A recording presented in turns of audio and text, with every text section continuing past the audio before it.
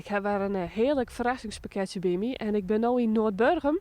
Onderwijs naar Doeke Henstra en zijn vrouw Aafke.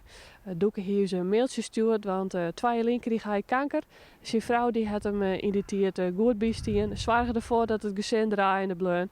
En daarvoor wil hij haar graag in het centje zetten. Dus we zullen even zien als ze thuis binnen.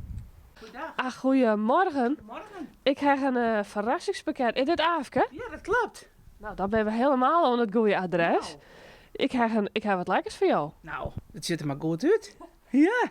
Ja, want Ja, iemand, dat die vond had, ik goed. iemand had een mailtje gestuurd naar huis. Nou. En die zei van, ja, Aafke is een geweldige vrouw. En die houdt dus gezin draaiende. En, want je hebt op zich een moeilijke tijd gewoon, begreep ik. Ja, dat klopt. Kun je daar iets over vertellen? Ja, nou, mijn man had ziek best. En dat liep het nou heel knap, gelukkig. Maar goed, ja, dat waren 2 hele drege jaren. Maar we krabbelen er weer bovenop.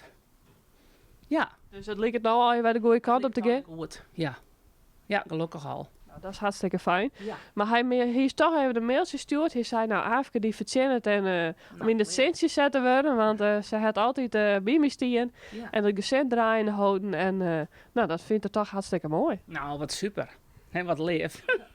Ja, ik ben er stil van. Ja, nou Ja. alsjeblieft, geniet Nou, ervan. dankjewel. Er zit van alles wat in, dus nou, dat moet ver goed komen tegen. Ja, dat ziet er goed uit. Dat moet altijd lukken. Super. Is Doeke zelf ook thuis toevallig? Nee, Doeke is aan het werk. Ja, nou Doeke, dank u wel even.